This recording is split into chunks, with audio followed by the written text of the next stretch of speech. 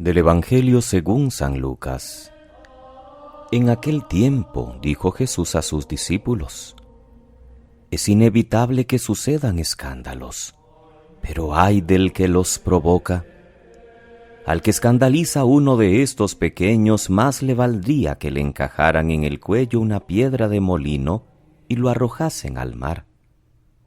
Tened cuidado. Si tu hermano te ofende, repréndelo. Si se arrepiente, perdónalo. Si te ofende 7 veces en un día y 7 veces vuelve a decirte, lo siento, lo perdonarás. Los apóstoles le pidieron al Señor: aumentanos la fe. El Señor contestó: si tuvierais fe como un granito de mostaza, diríais a esa morera: arráncate de raíz y plántate en el mar, y os obedecería. Palabra del Señor. Gloria a ti, Señor Jesús. Es lunes 11 de noviembre, queridos hermanos. Celebra la Iglesia hoy la memoria de San Martín de Tours, obispo. Nació en Hungría hacia el año 316. Era de padres paganos. Al convertirse cuando era soldado, abandonó las armas bajo la influencia de San Hilario. Fue obispo de Tours, donde creó un centro monástico. Fue un gran evangelizador del mundo rural francés y murió en el año 397. Fue un santo que se caracterizó por la bondad y la caridad. Su vida fue una auténtica imitación de Cristo. Fue mártir sin derramar su sangre, pues por la esperanza de la eternidad, sufrió y soportó hambre, vigilias, desnudez, ayunos, insultos, persecuciones de los malvados. Se destacó por atender a los más enfermos y por cuidar a las personas en peligro. Iniciamos, ya desde ayer por supuesto, la semana 32 del tiempo ordinario. Y esta semana leemos como primera lectura el libro de la Sabiduría, el último escrito del Antiguo Testamento, dado unos 50 años antes del nacimiento de Cristo. Un libro que está dedicado a los judíos de la diáspora, sobre todo a los que vivían en Alejandría de Egipto, en medio de una cultura helénica, con problemas para mantener su propia identidad de pueblo de la Alianza. Todo el libro es un canto a la sabiduría verdadera, aún entre los libros sapienciales, es decir, Proverbios, Eclesiástico, Cogelet y otros. Este de la sabiduría supone un paso adelante en la maduración. La sabiduría parece cada vez más personificada y proveniente del mismo Dios. Como es tan cercano, definitivamente prepara el Nuevo Testamento. Su lenguaje sobre el Espíritu y sobre la sabiduría de Dios se asemejan mucho a lo que nos revelará sobre Cristo Jesús y el Espíritu Santo. Se asemejan mucho a lo que se nos revelará sobre Cristo Jesús y el Espíritu Santo. También ha llegado, en su gradual maduración, a vislumbrar bastante claramente, más aún que el libro de Daniel o el de los Macabeos, la doctrina de la futura vida y del premio y castigo tras la muerte. La sabiduría es un don de Dios, es un espíritu amigo de los hombres, porque el Espíritu del Señor que llena la tierra y da consistencia al universo penetra en su interior, nos dice hoy el texto.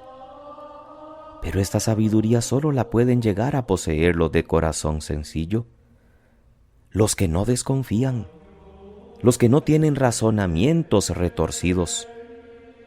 La encuentran los que la buscan con corazón entero. Sobre todo, la sabiduría no entra en alma de mala ley, ni habita en cuerpo deudor de pecado. Los necios, a los que se les va la lengua, tampoco sabrán acoger en sí mismos esta sabiduría que viene de Dios. Todos necesitamos de ella.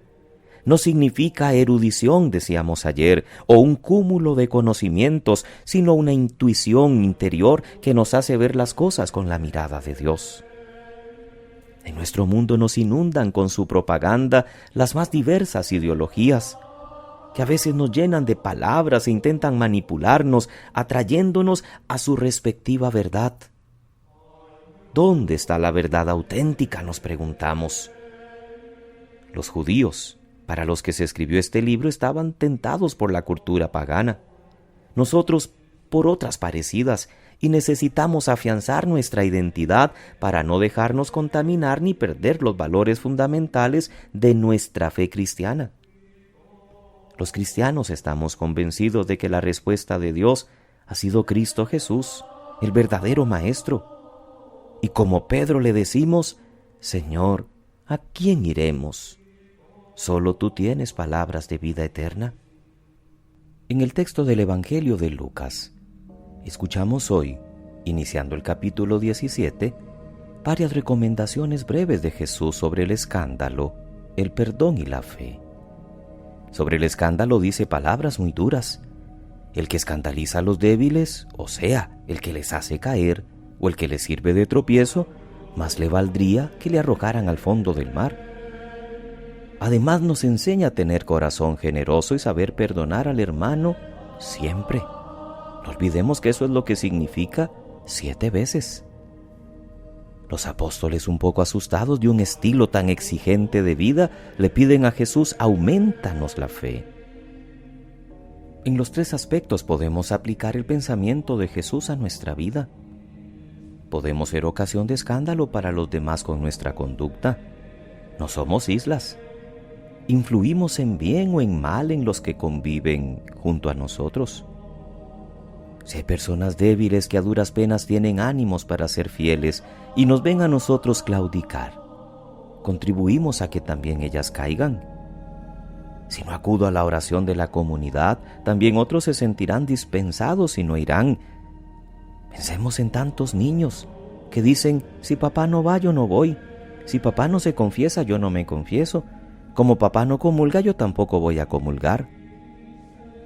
Pero al revés, si ese papá participa, si ese papá va a confesarse y sus hijos lo ven, si ese papá no deja de comulgar cada domingo y comulga bien, más bien le está dando ánimos a los suyos para que lo hagan. ¿Y quién dice de la oración? Dice de la conducta moral. Si una familia está dando testimonio de vivir en cristiano, contracorriente de la mayoría, está influyendo en los ánimos de los demás. Mientras que si cede a los criterios de este mundo, también a otros se les debilitarán los argumentos y fallarán. Tenemos que ser diferentes. Si en la familia el resto no está participando, participemos nosotros.